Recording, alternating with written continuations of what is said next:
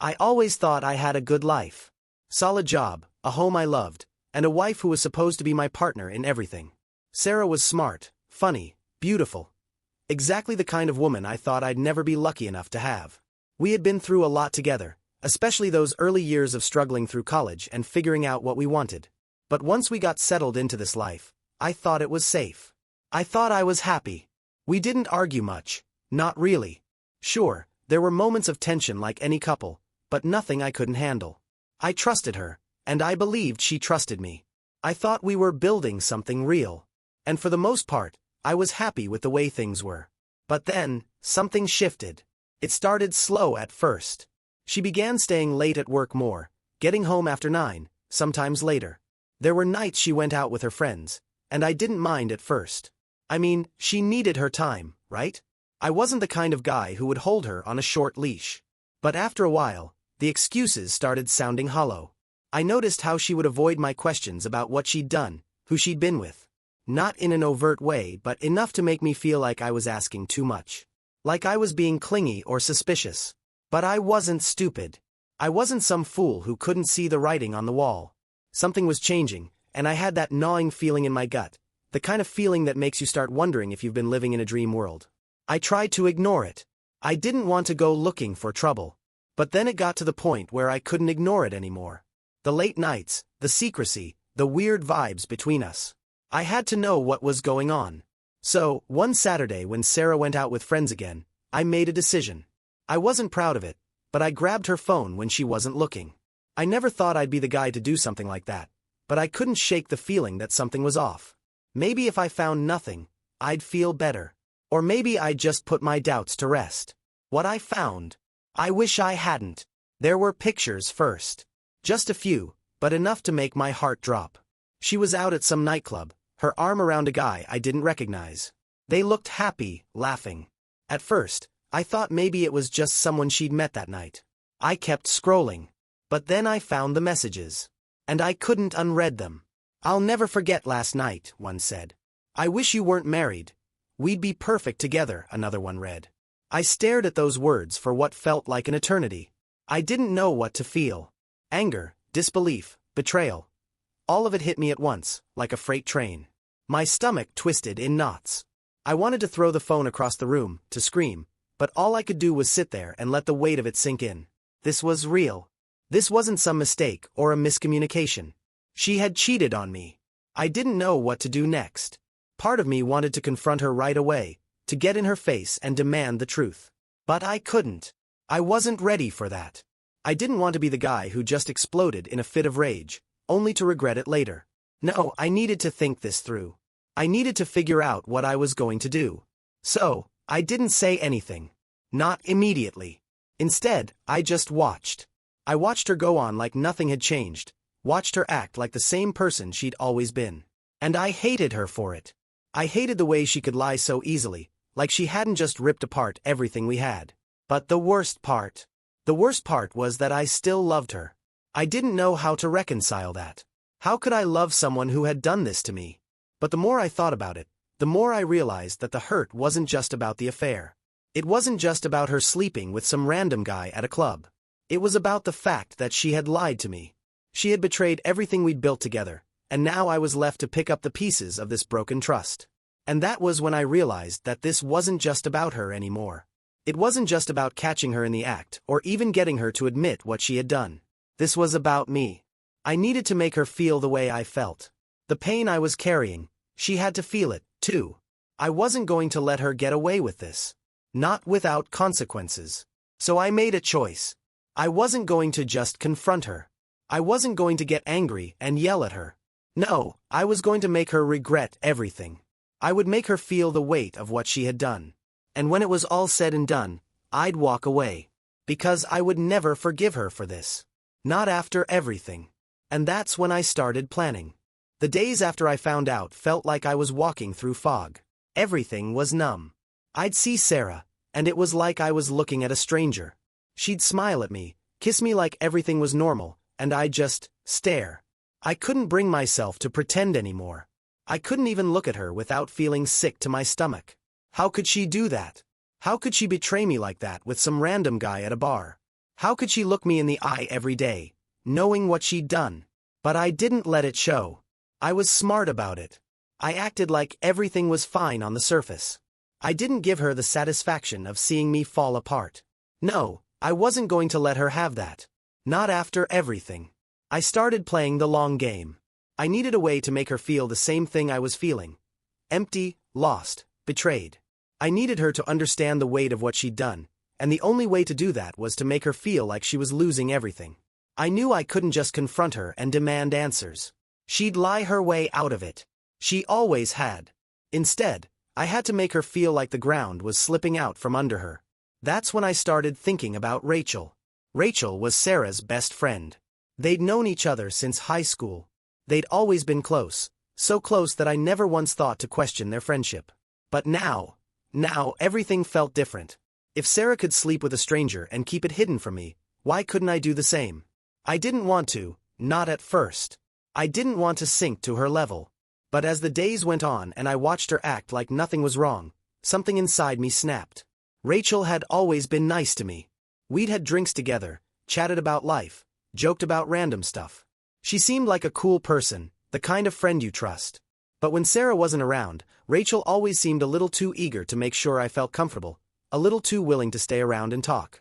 Maybe I was blind before, or maybe I just didn't care to think about it. But now, I was starting to see everything differently. Rachel wasn't just Sarah's best friend. She was someone who knew exactly what she was doing, and I was about to use that to my advantage. So, I reached out to her. Not directly at first. I didn't want to make it obvious. But little by little, I started to stir the pot. I asked her to meet up for drinks one evening. We talked, caught up on old times, and I could tell Rachel was still just as friendly as ever. But I wasn't looking for friendship. I was looking for something else. I don't know when it shifted, but somewhere in the middle of that conversation, I felt it. She was sitting a little closer than usual, laughing a little too hard at my jokes. And when I mentioned Sarah, just casually, Rachel's eyes flickered for a moment. That was all I needed. I didn't waste any time after that. Over the next few weeks, we got together more often. Drinks here, dinner there. Sometimes, we'd talk about Sarah, but mostly we didn't. The more time I spent with Rachel, the more I realized how easily this could happen. It wasn't about finding someone to replace Sarah. It wasn't about love or desire. It was about control. It was about showing Sarah what it felt like to lose everything, starting with her closest friend. Then one night it just happened. Rachel invited me over to her place. It was late, after a few drinks, and we were both a little tipsy. I don't know what made me do it. Maybe it was the anger that had been building up for weeks, or maybe it was the fact that I just wanted to prove to myself that I wasn't going to be the only one who suffered.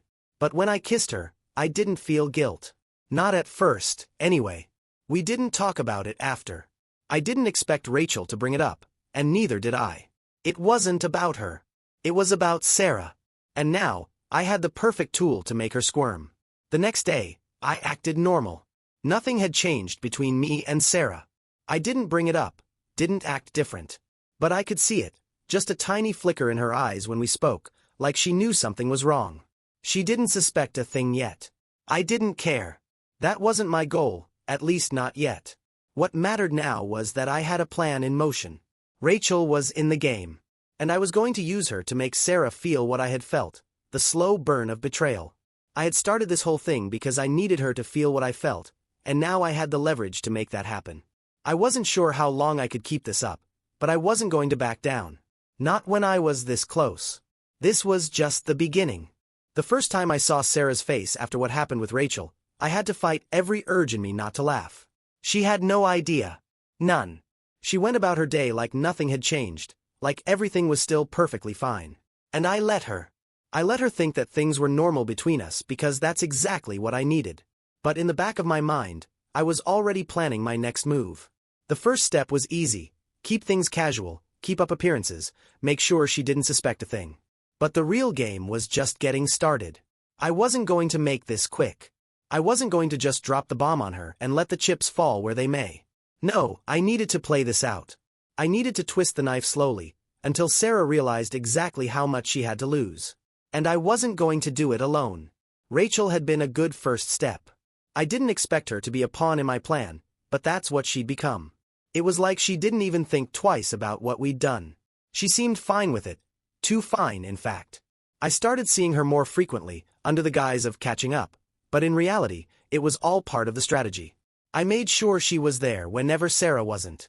That was key. The more Rachel and I spent time together, the more Sarah would question things, even if she didn't know why. And the more Rachel acted like nothing was wrong, the more it would chip away at Sarah's sense of control. It worked. Sarah started getting quieter. Her usual energy was fading. She'd ask about my plans, about where I was going, but she'd never ask about Rachel. It was almost like she was afraid to know. I started to see cracks in her armor. She'd ask me if I was feeling okay, as if she was concerned, but I could tell it wasn't coming from a place of love. It was coming from fear. And that was exactly what I wanted.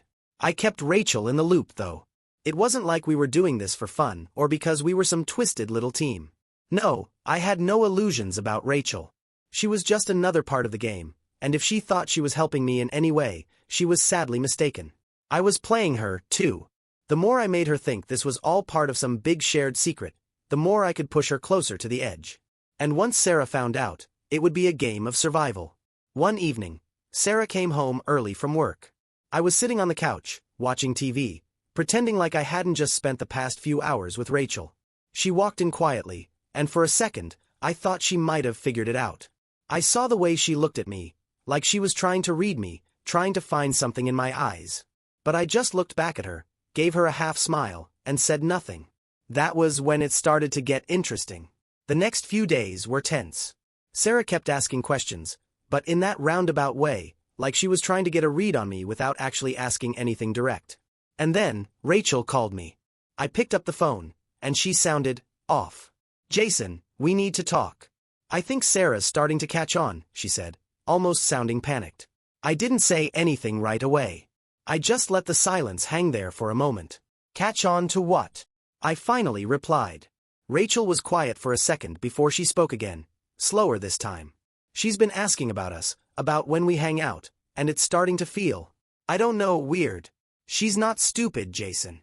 I grinned, leaning back in my chair. This was exactly what I wanted.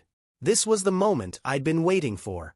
"Good," I said, my voice calm, collected. "Let her wonder." Rachel didn't respond for a moment, but I could tell she was nervous. That was good too. The more nervous she got, the more she'd slip up. And the more Rachel started feeling cornered, the closer I was to breaking Sarah wide open. Sure enough, Sarah began to act differently. She was quieter at home, more distracted. She started spending more time with her friends, pulling away from me just a little more each day. I could tell she was trying to distract herself, trying to fill the emptiness she felt. But I also knew it wouldn't be enough. She had to face what she'd done sooner or later. And when she did, I would be there, waiting. The next week, I got a call from Rachel. She sounded almost panicked this time. "Jason, she knows. She knows something's up. I'm not sure how, but she does." My heart didn't race, but something inside me shifted. This was it. The moment I'd been planning for. Sarah wasn't dumb. She had been suspecting something for a while, and now, she was getting closer to the truth. But it wasn't the truth that would hurt her the most. No, it was the way I was going to make her feel it. The way I was going to use every bit of the web I'd spun to trap her. She was going to lose everything. And I wasn't going to let her off easy. The closer Sarah got to the truth, the more desperate she became. I could see it in the way she looked at me, the way she tried to make small talk and act like everything was okay. The distance between us had only grown wider. And as she pulled away from me, she seemed to lean harder into the people around her. Her friends, her family. But no matter how much she tried to fill the void, I could tell she was falling apart. It was only a matter of time before she broke. I could feel it in my bones that she was getting close to figuring it out. She was starting to question everything, especially the way I'd been acting lately. The way Rachel and I had started spending more time together. It was like a slow burn. She wasn't sure what was happening, but she knew something was wrong. That was the first part of my plan. The uncertainty, the doubt. But the next part, that's when I really began to enjoy this twisted game. I wasn't about to let Sarah confront me on her terms. No, I wasn't going to let her get all emotional and ask for forgiveness. She didn't deserve that. What I needed was for her to feel the weight of what she'd done, to make her understand exactly how much she had betrayed me. The only way to do that was to use her guilt against her. to let her dig herself deeper into her own feelings of shame and regret. So, I started playing the part of the perfect, loving husband. I wasn't fake about it, either. I just began being the man I knew she wanted me to be. I was kind to her. Attentive, even. I made her dinner sometimes, asked how her day was going, told her she looked beautiful, anything to remind her of what she stood to lose. Anything to make her feel the full weight of her actions. She'd look at me with these tired, confused eyes like she wasn't sure what to believe anymore. And I could see the guilt eating at her. But here's the thing, she never came out and said it. She never admitted to what I knew she'd done. Instead, she acted like nothing had changed. But the more I played the role of the loving husband, the more I could see cracks in her facade. The guilt was eating her up inside, and it made everything she did feel like a lie. I knew she was struggling with herself. She was trying to convince herself she hadn't ruined everything, that I wouldn't find out. But what I didn't expect, what I didn't see coming, was the moment when she tried to turn it all on me. It happened one night after dinner. She was acting weird again, quieter than usual, and I could tell something was off. I'd spent the evening asking her about her plans, about her friends, just like I always did, and she'd given me these short answers. But then, when the silence between us stretched too long, she blurted something out that caught me completely off guard. She said she thought I was hiding something from her. I remember looking at her, trying to keep my expression neutral. But inside, I was laughing. Because I knew exactly where this was going. She started accusing me of being distant, of pulling away. "You've been acting cold lately," she said. "And I'm not stupid, Jason. I know something's going on. I know you're keeping something from me." It was like she had suddenly switched places with me. I had to hold myself back from smirking. This was the moment I'd been waiting for. The perfect opportunity to make her feel what I felt. I didn't react immediately. I just let her keep talking, digging herself deeper. She accused me of not being honest, of keeping things from her. And the whole time, I just sat there, looking at her like I had no idea what she was talking about. In that moment, I realized something. She wasn't sorry yet. She wasn't really regretful about what she'd done. Instead, she was scared. Scared of being caught. Scared of losing everything. But it wasn't guilt that made her confront me. It was fear of getting exposed. She hadn't admitted to what she'd done, not really. And I wasn't going to let her off that easy. I let her go on, accusing me of being secretive and distant, until finally, when the silence grew too heavy, I spoke. But I didn't say what she expected. I didn't ask her to explain herself, to confess. Instead, I told her calmly that I was just tired. That I had been working long hours and was feeling a little burned out. I told her that I didn't mean to push her away. The moment I said those words, I saw the shift in her face. It was like she was expecting me to explode, expecting me to throw all her secrets in her face. But instead, I just let her sit with the doubt. Let her wonder what was going through my head. And she did. She wondered. You could see it in her eyes. The next few days, she couldn't look me in the eye for long. Every time she tried to talk to me, she seemed on edge, waiting for me to drop the bomb on her. But I didn't. I let her stew in her guilt. I let her think about what she'd done. But I also knew that guilt wasn't enough. She needed more than that. She needed to feel like she was losing control of everything. She needed to feel the ground beneath her feet slip away. And that's exactly what I was going to do next. It didn't take long for the cracks in Sarah's composure to show. At first, she tried to keep it all together, pretending like nothing was wrong, but the more I played my part, the more she fell apart inside. I could see the panic in her eyes whenever I walked into the room. It was like she was constantly waiting for me to drop the bombshell, to accuse her of what she'd done. But I wasn't going to give her that satisfaction. I wasn't going to do anything that obvious. The truth was, I didn't need to accuse her. I didn't need to drag it out of her. She already knew. She already felt the weight of what she'd done. And every little thing I did, every time I acted like I was fine, every time I pretended like I didn't know what had happened, pushed her deeper into the hole she had dug for herself. I started noticing how she would avoid my gaze more often. How she'd mumble half-hearted answers when I asked her about her day. She couldn't look me in the eye for too long without looking guilty. And that was exactly what I wanted. I wasn't trying to destroy her. I wasn't trying to break her completely. Not yet, anyway. I just wanted her to feel the weight of her choices. The guilt, the shame, everything she had tried to ignore. But then something changed. One evening, when I got home from work, I found Sarah sitting on the couch, her face pale, her hands trembling. I knew something was up the second I walked through the door. She didn't even look up when I came in. Instead, she just sat there, staring at the floor like she was in a daze. "Sarah," I said, trying to keep my voice steady. She didn't answer right away, and for a moment, I thought maybe she was going to break down, maybe she was finally going to admit everything. But instead, she took a deep breath and looked up at me with wide, frantic eyes. She looked like she'd seen a ghost. "I need to tell you something," she said, her voice shaky. My heart skipped a beat, but I didn't show it. I kept my expression neutral, not giving away the fact that I already knew what she was about to say. I don't know how to say this, but I think we need some space," she finally whispered, her voice barely audible.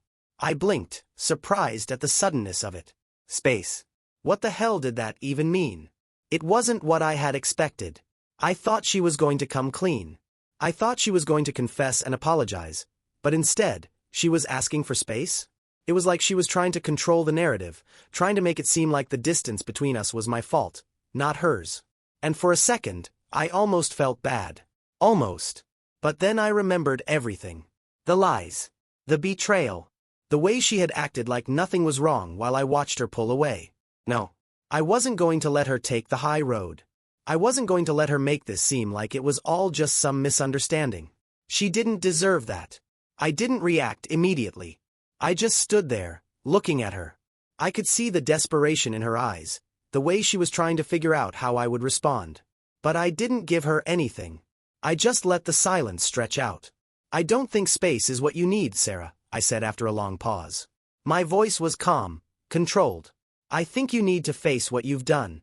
Her face went pale. The color drained from her skin, and for a second, I thought she was going to faint. She opened her mouth like she was going to say something, but nothing came out. Her breath was shallow, her eyes darting back and forth like she was looking for an escape. "You think you can just hide from this?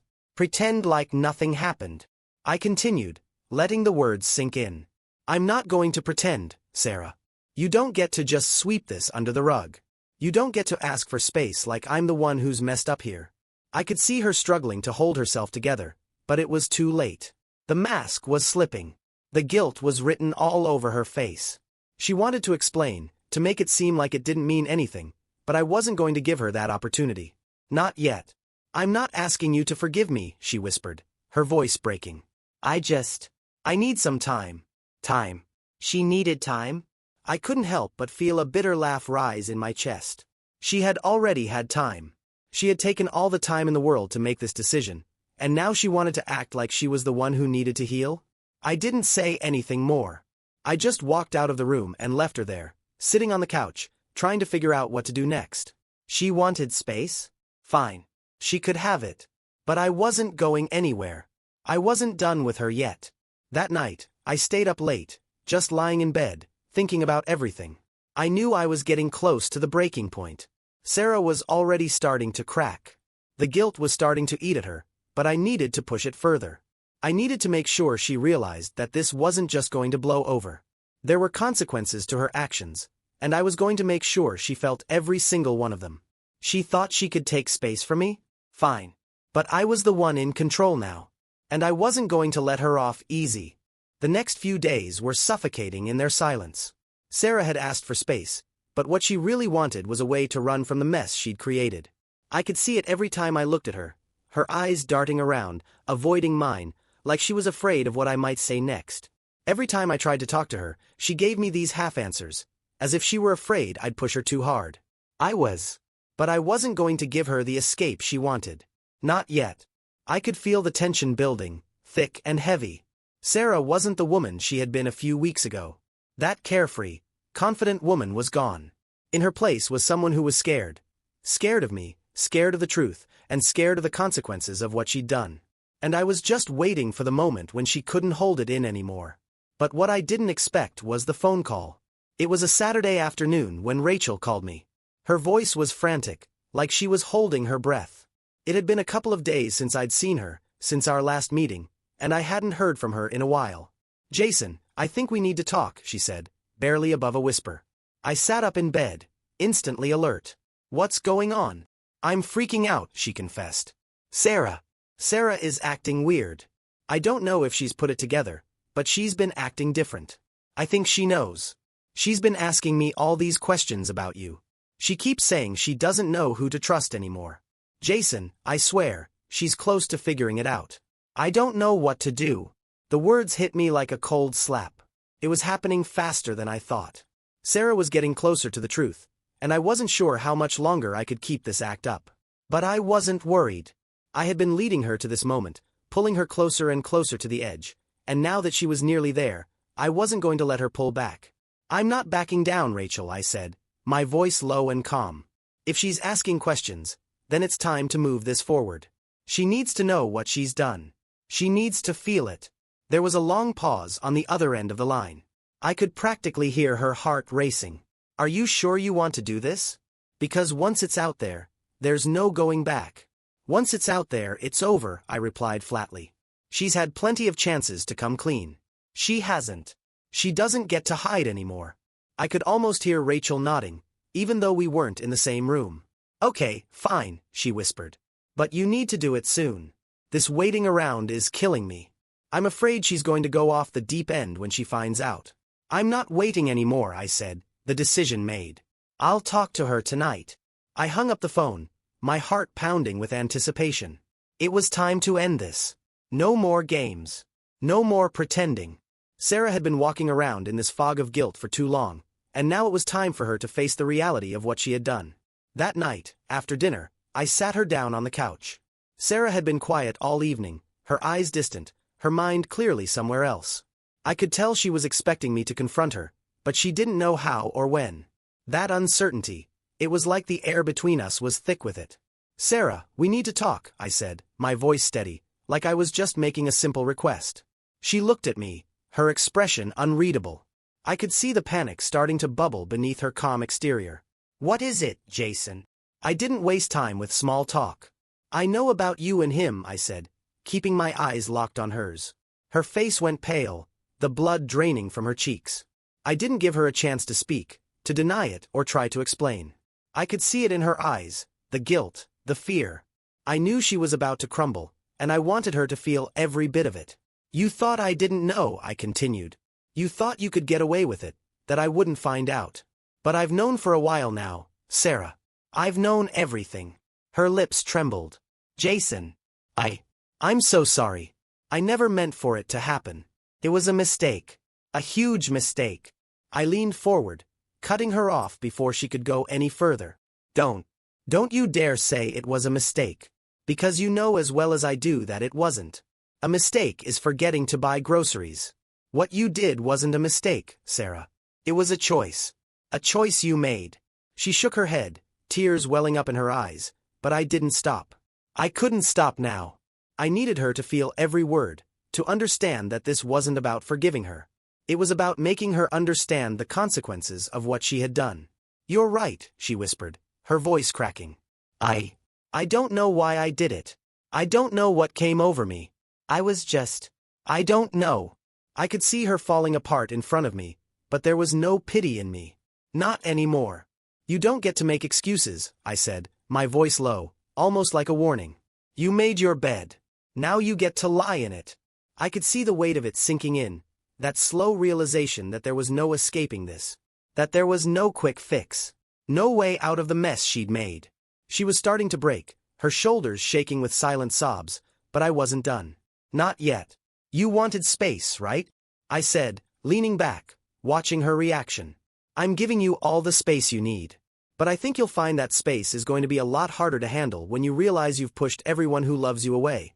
I stood up and walked out of the room, leaving her there, still crying softly on the couch, completely shattered. But I wasn't done yet. I still had more to do. This wasn't over. The next few days felt like I was living in a different world. Sarah was a wreck. I knew that walking away from the conversation had shaken her. I could feel the walls closing in on her. I could see the doubt, the self-loathing eating away at her. But as much as I hated seeing her like that, it was exactly what I wanted. Sarah had no idea what was coming next.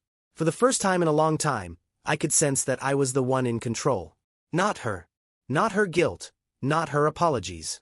And that felt like a rush I hadn't expected. I didn't want pity. I didn't want her begging me to forgive her. I wanted something more than that. I wanted her to feel what I'd been feeling all along. Betrayed, helpless, trapped in a cage of her own making. But the problem was, I wasn't sure how much longer I could keep it up. Part of me, small, maybe, was starting to wonder if I'd taken this too far. If I was crossing a line I couldn't come back from. But then I'd remember that moment when I first found out, the anger I felt when I saw those pictures on her phone, the gut-wrenching realization that everything I believed about her had been a lie. That small part of me would disappear, and I would remind myself that I wasn't the one who ruined everything. She was.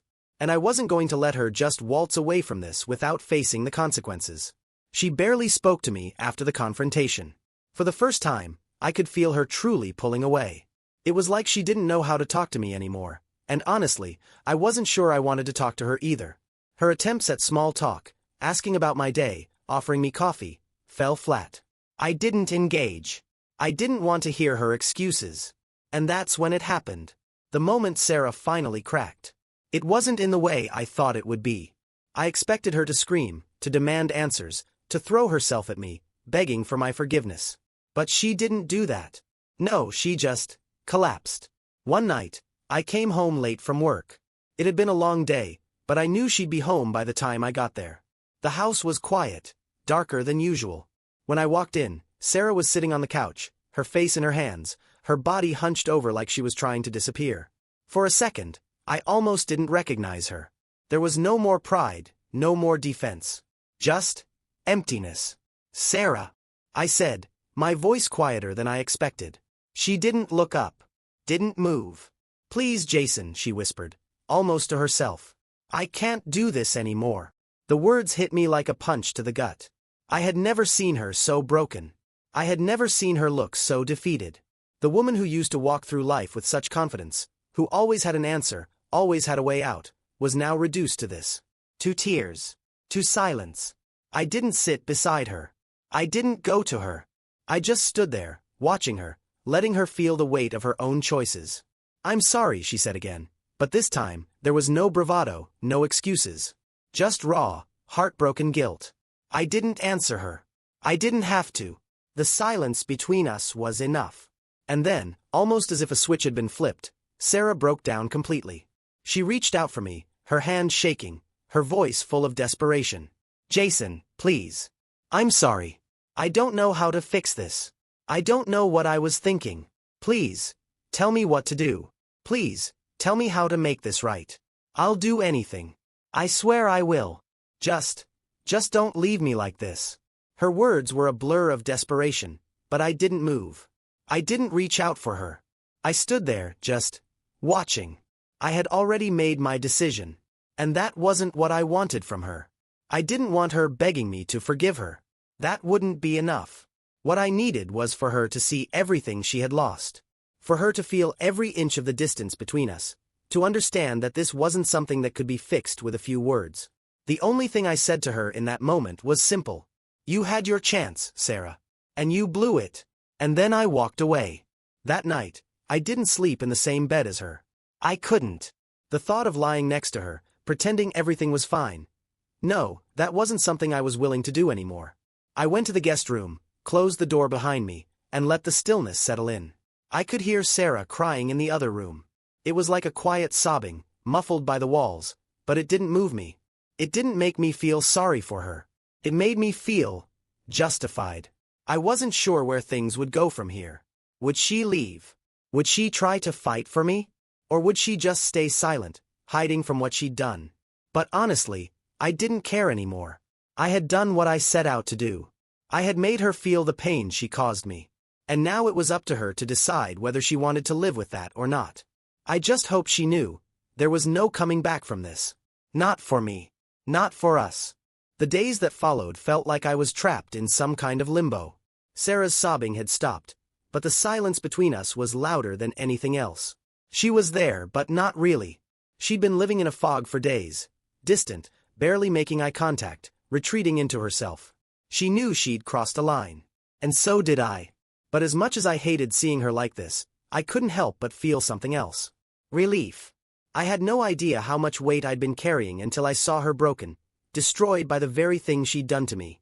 And in a sick way, it felt satisfying. Not because I was a monster, but because I had earned this. She hadn't just messed up, she'd shattered everything we had, everything we built. I wasn't going to make it easy for her to walk away, to come back to me after what she'd done. No apology, no matter how heartfelt, would fix the damage. But she didn't understand that. Not yet. She was still in the bargaining phase. I could see it.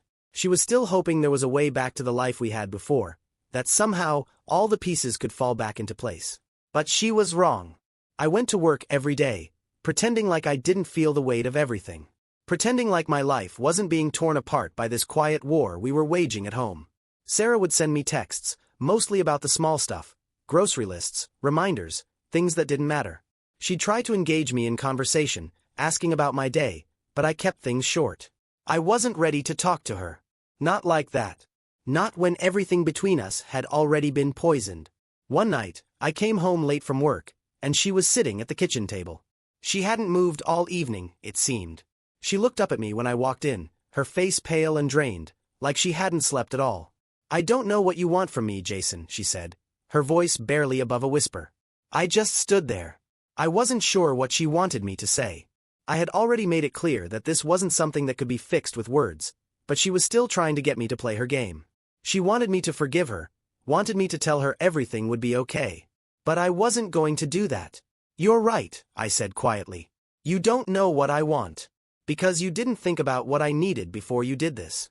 I could see the anger flash in her eyes, the defensiveness creeping back into her posture, but she didn't say anything. She just sat there, waiting for me to finish. "I don't need your apologies," I continued. "I don't need you to beg. I need you to understand that what you did can't be erased. It's not something I can forget just because you're sorry. It's not something that's going to be okay in a few weeks. You broke me, Sarah. You broke us. And no amount of guilt is going to fix that." She let out a shaky breath, her eyes welling up again, but she stayed silent. I wasn't looking for her tears. I wasn't looking for any more of her promises. She had used them all up. "I don't know what you expect from me, but I'm done pretending that things are just going to go back to normal," I said, my voice steady. "You don't get to make everything okay just because you feel guilty. This is bigger than that. You need to think about what you want now. And I'm not going to be part of your emotional band-aid." Her face crumbled at that. She opened her mouth, like she was about to speak, but nothing came out. I could see the pain on her face, and for a second, it almost felt like she was going to get it, like she was finally going to realize that her actions had consequences. But then, just as quickly, she closed off again. "I need time, Jason," she said, her voice shaking. "I need time to fix this." I shook my head. "You can't fix this. You've had your time. Now it's my turn to figure out what I want." I turned and walked out of the room before I could hear her response. I wasn't interested in hearing more. She had said everything she needed to say already, and I wasn't ready to listen to her anymore. I spent that night in the guest room, just staring at the ceiling, letting the weight of everything settle on me. The guilt of what I was doing to her mixed with a strange sense of power. I wasn't sure when it happened, but somewhere along the way, I had stopped being the one who was broken. Now, I was the one holding all the cards. I wasn't sure how much longer this charade would go on. How much longer I could keep pretending like everything was fine. But I knew one thing for sure. I wasn't going to let Sarah off easy. Not until she understood the cost of what she'd done. She had taken something from me, something I couldn't get back, and I wasn't going to let her just walk away without knowing exactly how much that meant. The days started to blur together. We were living in the same house, but we might as well have been strangers. Sarah would pass by me in the hallway, or sit across from me at the dinner table, but the space between us felt like a chasm. I could feel her eyes on me sometimes, but I never looked back. Every word that came out of her mouth seemed rehearsed, every apology like a script she'd been reading from over and over again, trying to make me believe that this time, it would be different. But I knew better. I couldn't forget the look on her face when I confronted her that night. The rawness in her voice when she begged for my forgiveness, the helplessness in her eyes as she realized there was nothing she could say that would fix this. It was like the person I thought I knew was gone, replaced by someone who had betrayed me in a way that would never heal. I wasn't looking for closure. I wasn't looking for her to fix it. What I wanted, what I needed, was for her to sit with her guilt, to understand the weight of what she'd done. I needed her to feel that same emptiness I felt when I saw those messages on her phone. The betrayal was sharp and cold, and now, it was her turn to drown in it. It wasn't just about the affair anymore. It wasn't just about what happened that night with some random guy. It was about everything that led up to that moment. The lies. The secretive behavior. The way she pulled away from me long before I ever knew the truth. The way she manipulated me into thinking everything was fine, that we were still a team. No, this was about her realizing how deeply she had broken me, and how far she had pushed me away. But Sarah didn't seem to get it. She kept trying to be this version of herself that she thought I wanted. She'd make me breakfast in the morning, trying to act like it was some sort of peace offering. She'd come to me with coffee, sit down beside me on the couch, and start talking about how she was working on herself, how she was going to go to therapy, how she would do anything to fix what she'd broken. But I couldn't hear her anymore. One night, she sat down across from me, tears in her eyes, asking if we could talk about us. I could see her hands shaking as she fidgeted with the hem of her sleeve. I could see the desperation, the hope that I would just forgive her, that I would somehow sweep it all under the rug and we could go back to being a couple. But that wasn't going to happen. I didn't say anything at first. I just looked at her, watching as she tried to find the right words, her voice trembling as she spoke. "I'm so sorry, Jason," she whispered. "I know I can never take it back. But I need you to know that I'm trying. I'm trying to change. Please, please, tell me what I need to do. Please, tell me how to fix this." I could feel the weight of it, her pleading hanging in the air like a thick fog. Part of me almost wanted to give in. Part of me wanted to tell her it would be okay, that we could work through it. But another part of me, the part that had been bruised and torn apart, just couldn't do it. I couldn't go back. Not when everything between us was already destroyed. "I don't need you to fix this, Sarah," I said, my voice low. I couldn't even look at her anymore. "I need you to understand that you broke me. You broke us. And no amount of therapy, no amount of sorries is going to change that." She flinched at the words, but I didn't take them back. I wasn't going to soften it. I wasn't going to let her think that any of this was fixable, because it wasn't. "I need space," I told her, my voice growing firmer. "I need to figure out what I want. And right now, I know I don't want you in my life like this. Not until you get it." I saw her eyes well up, her lips quivering, but I wasn't moved. Not anymore. Not by her tears, not by her apologies. I had let her off easy for too long already. "You don't get to ask me to fix it," I said, my words cutting through the silence. "You broke something that can't be fixed with just words. You need to understand that." And then, just like that, I got up and walked out of the room. The next few days were quieter. Sarah withdrew even further, and I could see how it was affecting her. She'd sit in the living room, her eyes red from crying, but she never said anything. She didn't try to explain herself anymore. It was like she finally understood that her words meant nothing to me. Not anymore. But I still wasn't ready to talk. I still wasn't ready to forgive. I couldn't. The silence between us became thicker, more suffocating. She would spend her days holed up in her room or at the kitchen table, trying to write in a journal or make herself busy. But I could feel the weight of the tension in every corner of the house. The longer we stayed in this space of uncertainty, the more the walls between us grew. One afternoon, I came home to find her sitting in front of the door to our bedroom. She wasn't crying this time. She was just sitting there, staring at the floor, as though she was waiting for something. I didn't say anything at first. I just watched her for a moment, letting the silence stretch between us. Finally, she looked up, her eyes empty. "Jason, I don't know how to do this anymore," she whispered. "I don't know how to fix what I've done." And just like that, I realized, she never would.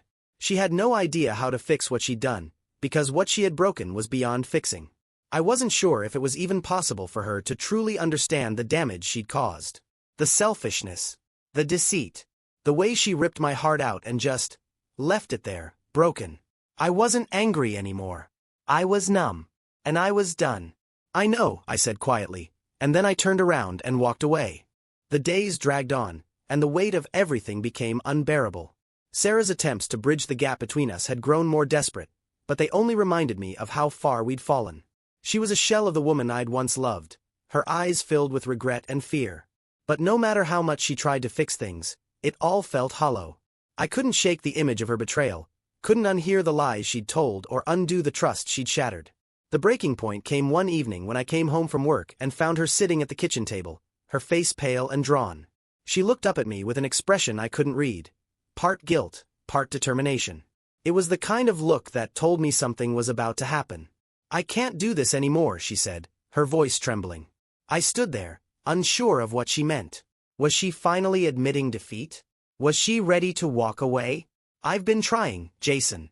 I've been trying so hard to make this right, but it's like you've already decided there's no way back," she continued, her words spilling out like a confession. She wasn't wrong. I had made up my mind weeks ago. But hearing her say it, seeing the way her shoulders slumped as if the weight of her guilt was crushing her, didn't bring me any satisfaction. "I'm not the same person I was," she said. "And neither are you. I don't even know who we are anymore." Her words hung in the air, heavy with finality. And for the first time, I realized that she wasn't just admitting her own failure. She was admitting ours. "I need to go," she said quietly, her voice barely above a whisper. "I need to figure out who I am without this. Without us." I nodded, unable to find the words to respond. Part of me wanted to fight her, to make her stay and face the consequences of what she'd done. But another part of me, the part that was so tired of carrying this burden, just wanted it to end. She packed her things that night. It wasn't dramatic or rushed. It was quiet and deliberate, like she'd been preparing for this moment for weeks. As I watched her leave, I felt a strange mix of emotions: relief, sadness, and a lingering sense of anger that I couldn't quite let go of. But most of all, I felt free. For the first time in months, I didn't feel the crushing weight of her betrayal. I didn't feel the need to prove anything to her or make her feel the way I felt. She was gone, and with her, the toxic cycle we'd been trapped in was finally broken. The days that followed were quiet. The house felt empty, but it also felt lighter, like a storm had passed and left behind a strange kind of peace. I didn't know what the future held, but I knew one thing for sure. I wasn't going to let this define me. Sarah's betrayal had changed me, but it hadn't destroyed me. And as I stood in the empty kitchen, looking out at the world beyond, I realized that this was just the beginning of a new chapter. One where I could finally start to heal.